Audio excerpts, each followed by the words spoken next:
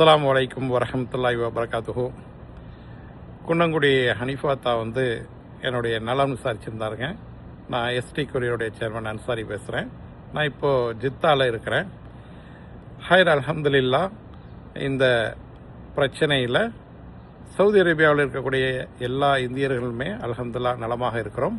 குறிப்பாக நான் இருக்கக்கூடிய இந்த ஜித்தா பகுதி, மக்கா போன்ற இடங்கள்ல எல்லாம் எந்த ஒரு அசம்பாவிதமும் கிடையாது. எல்லா மக்களும் இயல்பான வாழ்க்கையை வாழ்ந்து கொண்டிருக்கிறார்கள். உம்ராவுக்கு வந்த மக்கள் அவர்களுடைய டைம் முடிந்து கண்டினியூ பண்ணுறார்களே தவிர அவர்களுக்கு யாருக்கும் இங்கு எந்த சிரமமும் இல்லை. யார் அழைத்து வந்தார்களோ அவர்களுடைய கட்டுப்பாட்டில் இருந்து கொண்டு இருக்கிறார்கள்.